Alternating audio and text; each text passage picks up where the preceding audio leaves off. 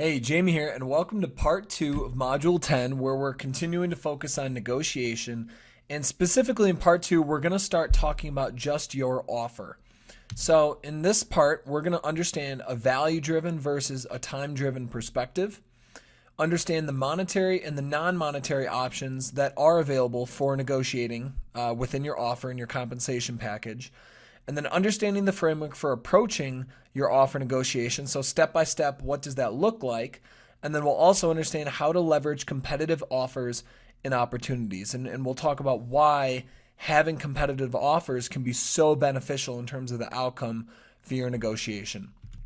So before we talk about anything else further on, let's break down the value versus time. And the reason this is so important is the mindset going into the negotiation is either going to be a value-driven mindset or a time-driven mindset. Now, if I were to ask you what the difference is between a value-driven and a time-driven perspective, what immediately starts coming to your mind? So if you were to think about your professional career, how would this, a value-driven perspective versus a time-driven perspective, how would that relate to your professional career? Well, what if I were to pose another question to you? Is it fair that you are paid the exact same as someone else for 1 year's worth of time? Well, that depends. Are you more valuable or are you less valuable? So a time-driven perspective says, well, this is the amount of time, and so the value should be this. But a value-driven perspective says that, well, the value of this work, regardless of time, is worth this. So as a simple example of the difference between these, let's say that you've been asked to complete a client project, and the client asks you how much it will cost to complete the project. How much do you charge? Well, if you're the one having to come up with the cost or the price, well, you have to think, am I going to charge based on time or am I going to charge based on value? So let's say your initial thoughts are you believe the fastest that you could possibly finish the project would be about 200 hours. You believe the work is worth about $10,000, and you know that other people similar to your line of work charge about $30 per hour for similar projects. Well, if you're to approach this in price based on a time-driven perspective, you're going to charge roughly what other people charge per hour for the work. So in order for you to actually make the 10,000 hours, so if you take the $10,000, you divide 10,000 by $30 per hour, and you're going to need to work about 334 hours in order to earn the $10,000. Well, you know that the work is only projected to take about 200 hours. So that's almost double the amount of time to get the 10,000. That's a time-driven perspective.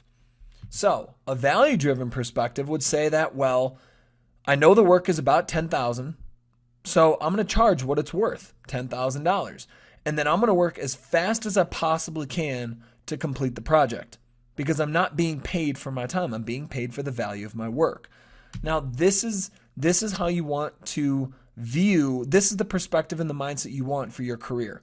So many people get locked and trapped into a time-driven perspective, and because of that, they'll never make phenomenal money because they feel guilty or they feel undeserving of a certain amount of money because maybe it didn't take them that long. For example, if you have a horrible toothache and it is just driving you insane, like you can't think, your body's in agony because your tooth hurts so bad, and you walk into a dentist office and they fix your tooth in 5 minutes, are they going to say, oh, $10, 5 minutes, I can't charge that much. It only took me 5 minutes. No, of course not. They're going to charge you quite a bit because they know the value that they just provided you. They just saved you agony and misery regardless of how long it took. Would you think of it this way? Would you want it to take longer? Would you want a 1 hour procedure of fixing your tooth? No. If anything, you'd want it to be instant. Let's make it 1 minute, 30 seconds, just get it done as fast as possible. That's the difference between the value and the time. So, value is not derived from time. Time by itself has no value. We all have 24 hours in a day. And if time was valuable by itself, all of us would literally just sit at home and collect paychecks. But it doesn't. And so because of that, we have to provide value. And another example is if time was valuable by itself, every company employee would be paid the same amount because they're all working roughly the same amount of time. Now, most people work 9 to 5 or 8 to 5 or 9 to 6 or whatever. Now, are there some people who are, burning the midnight oil and burning the candle at both ends? Absolutely. But people are paid what they're paid because of the value they're contributing to the company, not because of the amount of time that they're working. There are some people who work 3 hours a day and make millions. There are some people who work even fewer, or maybe they only work 3 or 4 months of the year and they still make phenomenal money. Value is independent value, I wouldn't say independent. Value is not entirely based on time. So instead, time only has value if there's a potential for value to be contributed during the time period. So I know this is getting kind of abstract and loopy, but I want to put this into perspective visually. So let's say that you have a time period and you have a start and a stop. So whether you want to call this 24 hours or whatever, the value, this time period by itself has no value because, nothing has happened during this time period. This is us sitting at home doing nothing. But we can create value within the time period by providing thought, labor, and leadership, which is what we talked about in Module 1. How do you increase your value in the marketplace? The value of your thoughts, your labor, and your leadership that you're contributing in that time period is what is making your time more valuable than other people's. If you can contribute more value in that time period, you therefore have more valuable time. Okay, so I really hope that makes sense. And this is so crucial for negotiation and for your career because a lot of people believe that they deserve to be paid X amount because they worked for X amount of hours, or that they shouldn't have to pay X amount because it only took a very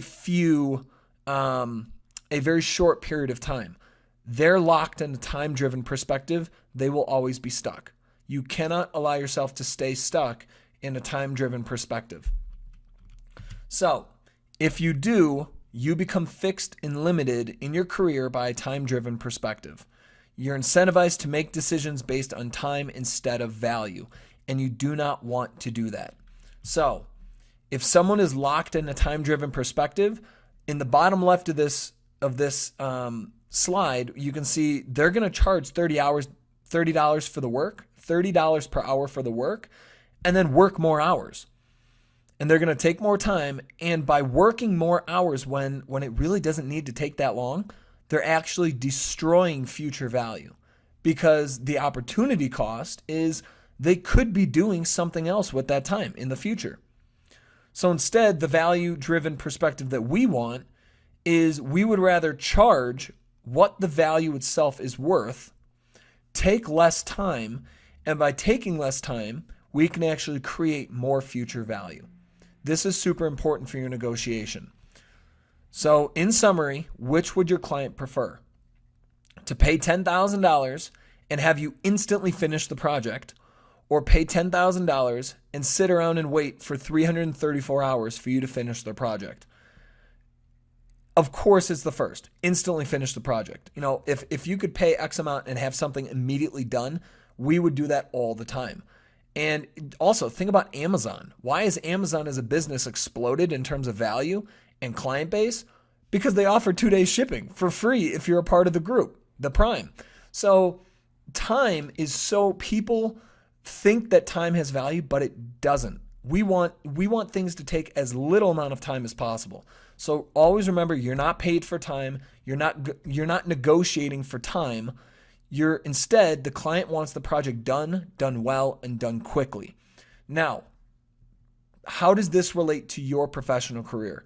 Some people will play the card, well, I have X number of years of experience, so I should be paid this.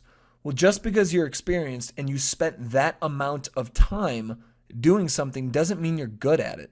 And it doesn't mean you're the best at it. And conversely, let's say that you don't have a lot of years of experience. If you can go in and negotiate your value you can still make more money. So that's super important. Value-driven mindset. Can you perform the work? And if you can, you need to negotiate for the value. You must have a value-driven mindset for your career, and especially when you are negotiating. And a story that I love that kind of sums all of this up is, legend has it that Pablo Picasso was sketching in the park when a bold woman approached him. "It's you, Picasso, the great artist." Oh, that was a man voice, by the way. So, "It's you, Picasso, the great artist. Oh, you must sketch my portrait. I insist." So Picasso agreed to sketch her. After studying her for a moment, he used a single pencil stroke to create her portrait. He handed the woman his work of art. "It's perfect," she gushed. "You managed to capture my essence with one stroke, in one moment. Thank you. How much do I owe you?" $5,000, the artist replied. "But what?" the woman sputtered. "How could you want so much money for this picture? It only took you a second to draw it." To which Picasso responded, "No, madame, it took me my entire life." This is the mindset that we need to have. We have very valuable skills and knowledge and abilities that we bring to the marketplace, and it's independent of the amount of time that it took us to get there. And it's independent from how long it will take us to do something. We need to charge and negotiate for the value that we truly believe we are providing without consideration to time. So you have both monetary and non-monetary options when you are negotiating your offer for the position. And this is a slide that has a summary, and also the worksheet that I'll be showing you in part 3, it has these summarized on there. But I want to run through these. So in terms of things that are available for negotiation, a lot of people think the only thing that you can negotiate is salary or bonus. There's a lot more to negotiate, and depending on where you are in your life. Now, if you're younger and you don't have any responsibilities, it's just you, well, yeah, you're probably just focused on money and maybe vacation time. But as you become a parent, if you have kids, if you have a spouse, if you have other considerations in your life, well, all of a sudden, retirement, vacation and flex time, child benefits, healthcare benefits, like a lot of other things, relocation, a lot of things become a lot more important. So first, you can negotiate cash compensation. So this is either your base salary, hourly pay, or overtime pay. So overtime pay, think of that as anything over and above 40 hours. You can negotiate a sign-on bonus, a stipend for continuing education, tuition, or training and development. So this is a case. So stipends, one of the ways that I love to see people use these is, let's say that someone has tried negotiating compensation and the company wouldn't budge. And then they tried to negotiate vacation and that didn't budge. And let's say that they try negotiating something else and it doesn't budge. Well, sometimes one of the last things that you can negotiate is say, look, I'd love to be able to stay with the company long term and continuously invest in myself over the next 6 to 12 months.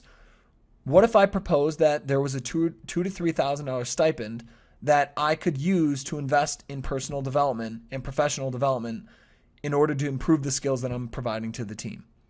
Well, there are companies that will create education stipends for you, and a lot of times the companies can even write off that expense on their taxes because it's a business expense. They're investing in their employees. So stipends are cool. And then merit pay is another type of compensation. Retirement, 401k, 403b, or a 457. I mean, just depending on what kind of company or organization, whether it's a nonprofit, for-profit, etc., your retirement benefits and they're in the employer match. And then you can negotiate vacation and flex time. So paid time off, flexible hours or a schedule, or a flexible environment, remote versus office. You can also negotiate performance-based compensation. So think of this as commissions or end-of-the-year bonuses or mid-year bonuses, etc., or performance-based. So if you're higher up within a company, so for example, a lot of directors or managers or senior executives, they have performance benchmarks for the company. And if they exceed a certain performance benchmark or even a tier of different performance benchmark numbers, they'll be paid X amount based on that performance. So sometimes these are benchmarks that you can set up before committing to the company. So Relocation bonuses can also be negotiated, profit sharing, stocks, bonds, and cash. In terms of stock options going forward, so ISOs or RSUs, and if I'm working with you one-on-one, we can talk about those. And then work-life balance can also be negotiated oftentimes. So summer Fridays, parental leave, childcare, etc. Severance pay, healthcare benefits, medical, dental, vision, life, disability, spousal. There's a lot of different healthcare and insurance that can be negotiated in terms of the packages. And then housing, meal reimbursement, travel, and then other fringe benefits. And think of fringe benefits as something that makes your life better. And that could be a company car, it could be additional, stipends while traveling, etc. Okay. So if this is the suite of options that you can kind of think through about what is most important, you need to determine what is your most important outcome, because you may want a lot. It doesn't mean you can have everything. In terms of a negotiation, people always want multiple things, but they need to know what is most important and focus on their goal. So you're going to need to know what is your most important outcome. And then that's what you're going to be primarily focusing on for your offer negotiation. So if cash and compensation is what's most important to you, that's going to be your primary focus to begin with. If work flexibility, because let's say you have a young kid at home or something like that, well, if that's more important to you than the cash compensation, you're going to want to start by negotiating what's most important to you. All right, so now in terms of the framework, step by step, how to think about preparing for and approaching the negotiation. So the first thing you want to do is, after they extend the offer, you want to analyze the offer and then compare it to your most important outcome. So if you know that your cash compensation or your base salary or your all-in compensation, you really want X number, well, how close is the offer to the number that you desire? And then the second thing is you want to list and prioritize your negotiation goals or outcomes. So again, based on all these different available benefits and things that you can negotiate, in what order of priority are you going to be approaching these? And then after that, you want to develop open-ended what and how questions. So you're going to be asking questions to better understand how they arrived at these certain parts of the offer. And then next, you want to research fair market compensation and prepare a position valuation sheet. And this is what we'll break down and go through step by step in part 3. But after you've done your research, you then want to finish your negotiation preparation and practice, which there's a worksheet in part 3 that we'll go through. And then after you've done your prep and practice, you then want to send an email asking for a conversation regarding the job offer. Now, you're not doing the negotiating in the email. Because if you remember in part 1, we talked about, ideally, it is almost always better to negotiate live and in person, talking to somebody, than to try to negotiate written and providing both sides with a very large amount of time. So we're going to send the email asking for a conversation, and then usually you're going to have the first conversation. And in the first conversation, you really want to ask your questions, make sure you fully understand everything about the offer, and express your appreciation and your excitement about the offer. Now, in this first conversation, try not to disclose your thoughts. You want to leave them a little uncertain and then schedule a second call. And the second call could be later that evening. It could be first thing the next morning. It doesn't need to be a long period of time, but we'll talk about why the second call can actually prove very beneficial for your negotiation.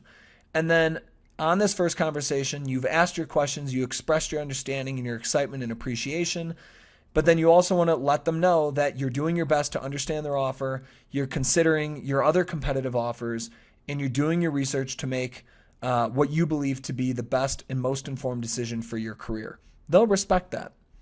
Especially if it's a good culture company, they'll understand that you're doing what's best for you. Now, in the second conversation, and again, it could be later that day or it could be the next morning, but in the second conversation, by this time, they believe that you've spent some time thinking and analyzing other offers and doing your research, so they're going to know something's up.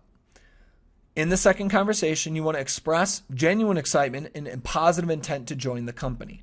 Now, this is important. You want them to feel like you really, truly do want to join their team and you're excited about it. But you have a proposal, which is totally fair, and they will understand that.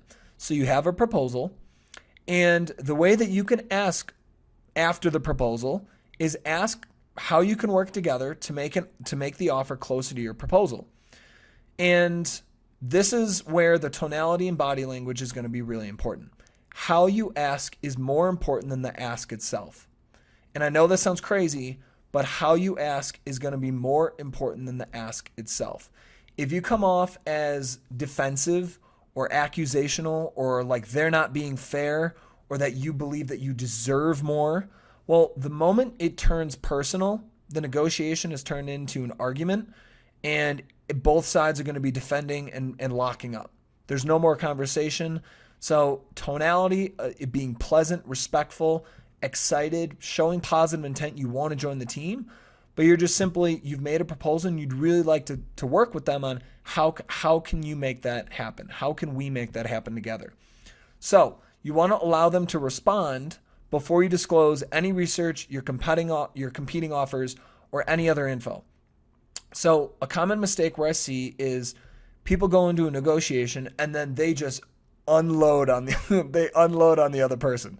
They immediately pull out all the tools in their chest. They say, I have these offers, I've done this research, and this is how much I believe I'm worth, and this is what I believe I deserve, and you're under by this amount, and they just literally unload on the other person. You don't want to do that. All you want to do is make your proposal, ask how they believe, or ask how they're able to work with you to make that happen, and allow them to respond before you ever bring up any of the other stuff. Okay, so allow them to respond before disclosing that. And then you want to propose a target compensation range with your target at the lower end. So the reason this last bullet point is some people say, so let's say it's an offer for $70,000. They offer you $70,000. And let's say that in your mind, you really do believe that you should be paid, or you believe you're worth $75,000 for this position. So it's a $5,000 difference. Well, if you just say $75,000, they're most likely not going to meet you at $75,000. They're most likely going to meet you somewhere 73, 72, 74. They're going to give, but not all the way. And that's reasonable. I mean, that's what companies do. That's what a business does. So how you want to express it is, rather than just saying 75,000, you'd most likely want to provide a range and say 75 to 78. Or 75 to 79, or 75 to 80. But sometimes giving a more specific value range, like 75,000 to 78, well, that's going to be a lot more tight, and they're going to say, all right, well, he's probably given a lot more thought to it, rather than if he just says 75 to 80. Okay, so 9, sometimes, and you may encounter this, maybe the company just locks up and says no. Well, in that case, if you really do believe that you do want to keep pushing, then you want to say no without saying no.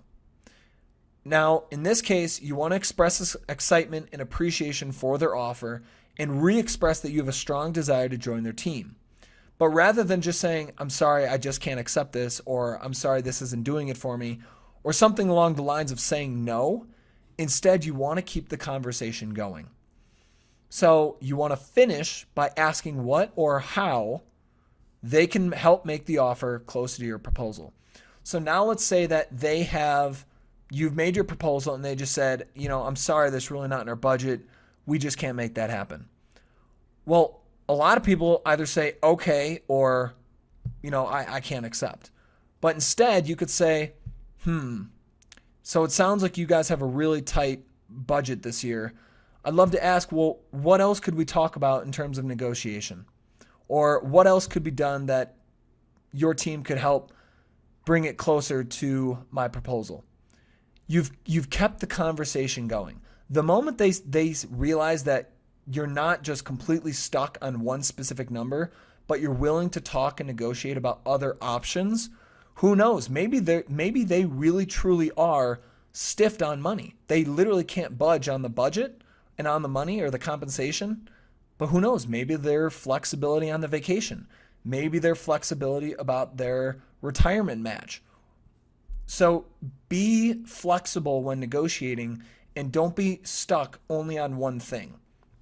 All right, and then the last part is if they do say no to the cash compensation, or if they say we don't believe that the position is worth this amount, or we believe that that's above what market pays, well, in that case, you might want to include the valuation sheet, showing them that you've done the research, you understand the fair market compensation for the position, and you know where you fall on that bell curve. And again, we'll talk about how to do the valuation research and such in part 3.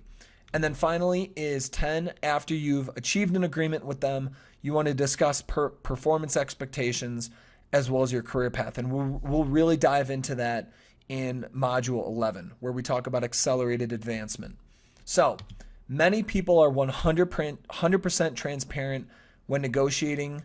And what I mean by this is they share all of their compensation information. So someone might ask them, well, how much did you make in your previous position? A lot of people want to start off on a good foot and they want to be respectful, and they feel guilty about lying or something. And so they literally will show all their cards, and they'll say, well, in my previous position, I made this and my bonus was this. And don't do that. You never want to share compensation about your past. The moment you share compensation about how much you made previously, all that company is going to do is know, oh, well, if they made, 50 grand, why would we pay him 70? No, let's offer 60. Or let's say that they offered 70 and previously you only made, let's say 50, but you don't disclose that. Instead, they ask, well, how much did you make previously? And you just say, well, based on the offer you've presented, it's competitive. And I know that in the next year or so, based on my performance, I know I'm going to be in a very good position for a healthy increase. It's competitive. Well, immediately they might think, well, what if this person's being paid slightly under or right around 70, and they're right now in the position to possibly make more than 70 in the next year at their current position? Well, all of a sudden, they doubt whether or not 70 is a really enticing number for you. So never share your current compensation. And I know that recruiters want to be your friends. Managers and hirers, everybody is playing the role of your friend. The moment you discuss your current compensation, you've shot yourself in the foot with your ability to possibly negotiate more. I've heard stories of people who have doubled their compensation because they know their value and they negotiate for the value. It doesn't matter how much you've ever been paid in the past. The company that you're shooting for, they never need to know how much money you've made. So I'm very passionate, if you couldn't tell, about this point. I've seen so many people lose thousands, tens of thousands of dollars on the table because they disclosed their past compensation. You are not your past. You are more than your past, and you are negotiating for your current value as well as your future value, not your past value. Okay, so that was a little bit heated. But, all right, so if you have a competing offer, so now let's talk about how to leverage offers. So if you have a competing offer that is better, you don't want to just slap it on the table and just be aggressive and say, okay, this is what they're offering, I want you to match it. Instead, you don't want to disclose it initially, but instead you want to ask how they can work with you to get closer to your proposal, and first see how they respond. Allow them to respond to your proposal first. Now, if they won't budge and they say, no, we can't do that, that's our final offer, well, that's where you want to bring in the fact that, well, I'm really excited about this opportunity. I'd love to be able to join your team, but, right now I am in several other interview processes, and there are one or two other competing offers that I am considering that are reasonably and sizably above where your current offer stands. And I'm very interested in your position, and I'd like to ask, how can we work together to make the compensation more competitive to the other offers? Well, all of a sudden, whoever you're negotiating with, whether it's the recruiter or the hiring manager or the team leader, that person knows you have other options. And if they're not willing to communicate with you, they might lose you. That's by having other offers, you have leverage in this conversation, in the negotiation. So, and also in terms of using your research, if they are not willing to budge, and let's say they're dead center of the fair value or even below, well, you need to be able to paint the picture and negotiate the fact that you're not average. You deserve to be paid more.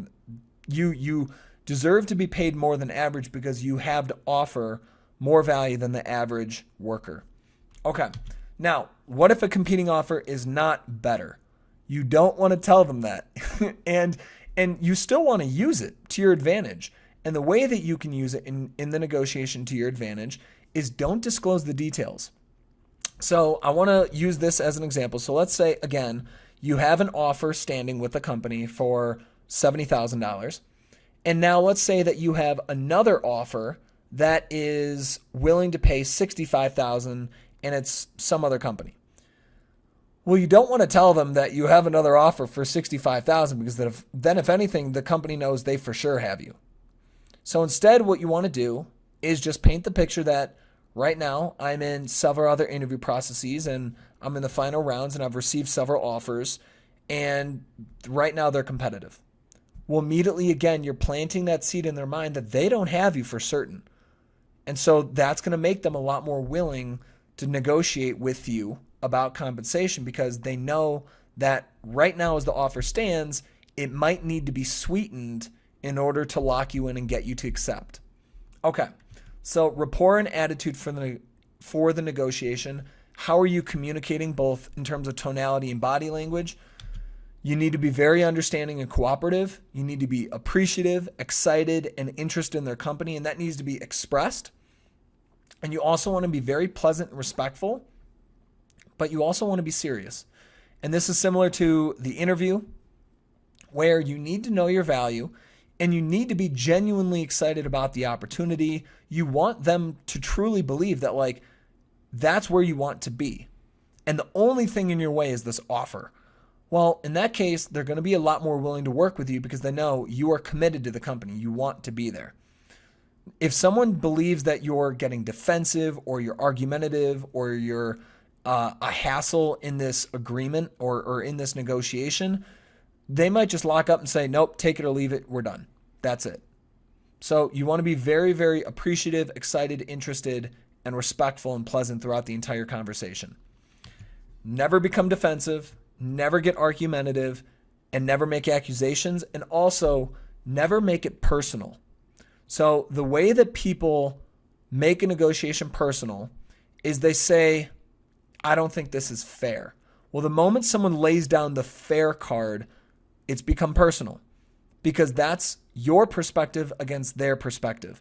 And if someone doesn't agree with your perspective, well, all of a sudden you're starting to take it personally. So instead, picture yourself in the negotiation as you're both on the same side of the table and the problem is what's on the table. And you're both looking at this problem, which is the offer, and you're both trying to sit on the same side of the table and ask each other, how can we make this work? What can we do to make this work for you and for me? A lot of people view a negotiation as an argument where someone's on the other side of the table, you're on this side of the table, and only one person's walking away and winning. And when they say no to your proposal, all of a sudden you start getting frustrated and you take it personally and they don't believe you're worthy or, they're not respectful. Never take a negotiation personally. Always go back to this is what I believe the value is, the standard of value. Okay, so in part 3, we're going to actually go through this framework. So those 10 steps that we talked about for the framework. In part 3, we're going to talk about how to actually go through step by step and prepare and practice for your offer negotiation, and then how to initiate the negotiation and hopefully get what you desire. So I'll see you in part 3.